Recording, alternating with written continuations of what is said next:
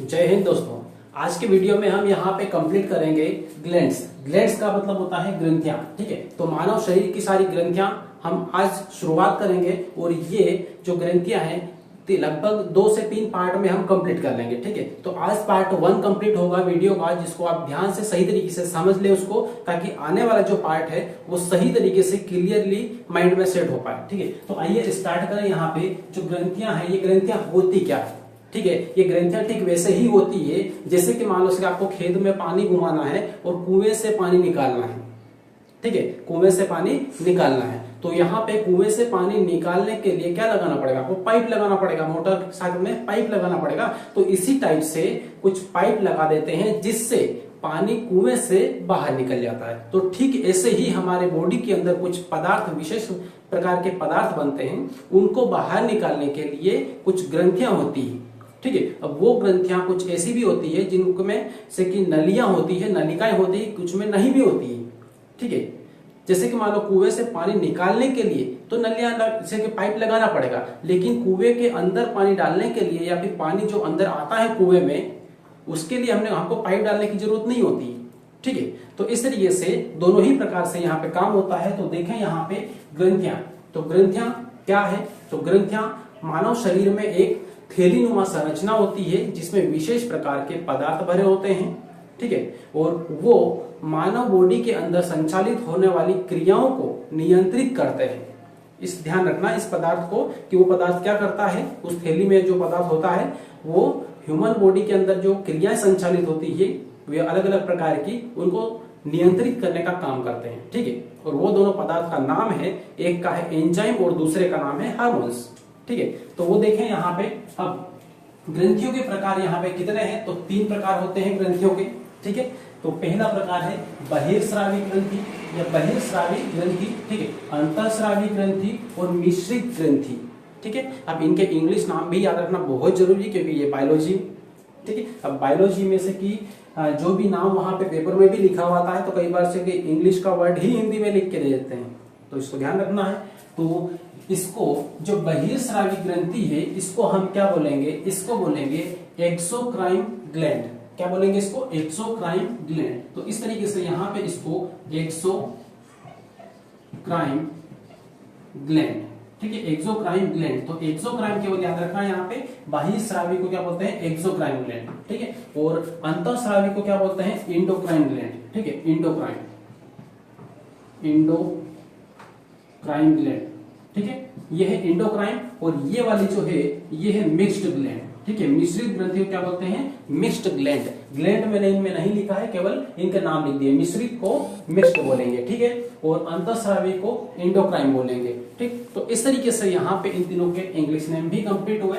अब इसके बाद फिर यहाँ पे देखेंगे बहिर्स्रावी ग्रंथि की क्या क्वालिटी है, कैसे काम करती है और उससे क्या सीक्रेट होता है। ठीक है, उससे क्या कौन सा पदार्थ बाहर निकलता है। ठीक है, और उसका ब्लड के साथ में क्या रिलेशन है। तो देखो यहाँ पे बहिर्स्रावी ग्रंथि, ठीक है, एक्सोक्राइन बोलो या फिर बहिर्स्रावी ग्रंथि, ये नलिकाएं होती है इसमें। ठीक है, नलिकाएं शहीद होती है, मतलब डक्ट ग्लैंड है। इसको क्या बोलेंगे?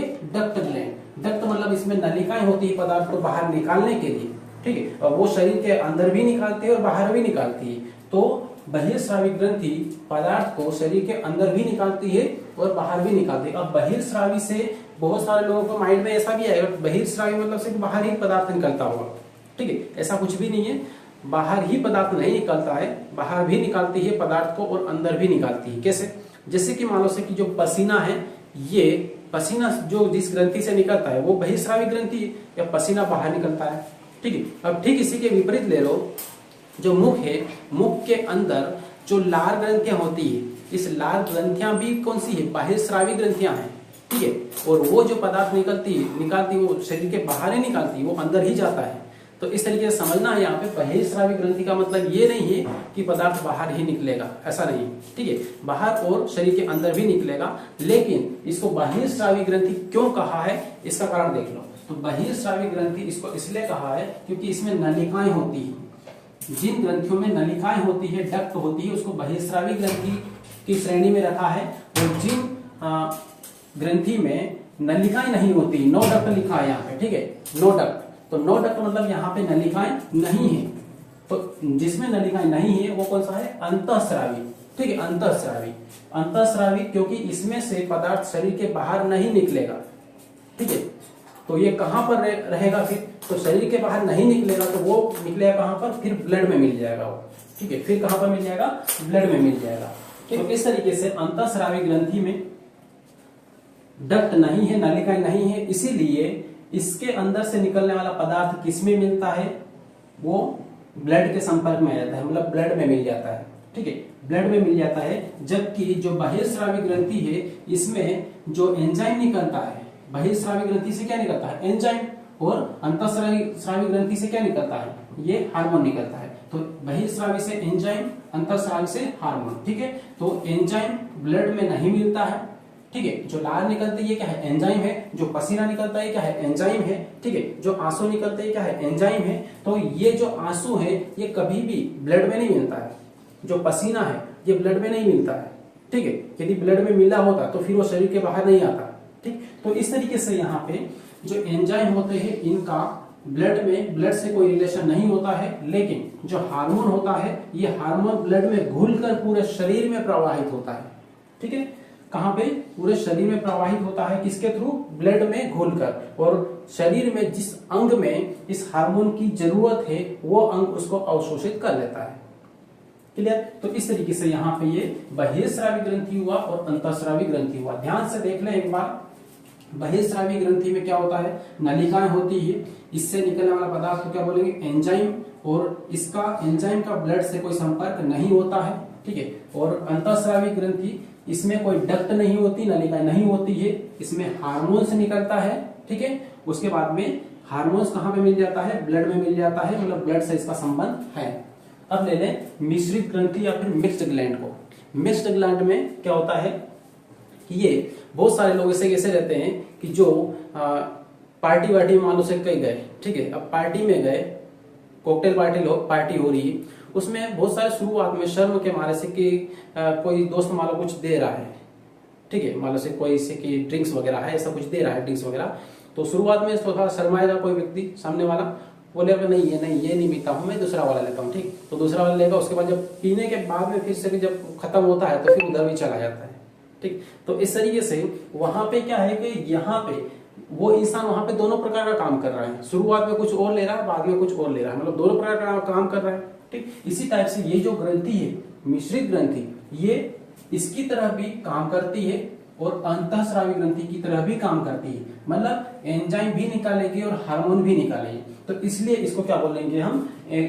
मिश्रित ग्रंथि। दोनों की तरह काम करने वाली ग्रंथि को क्या बोलेंगे? मिश्रित ग्रंथि। ठीक है, इसके बारे में आगे डिटेल में हम पूरा देखेंगे, कंप्लीटली देखेंगे। बस आप इतना केवल अच्छी तरीके से समझ।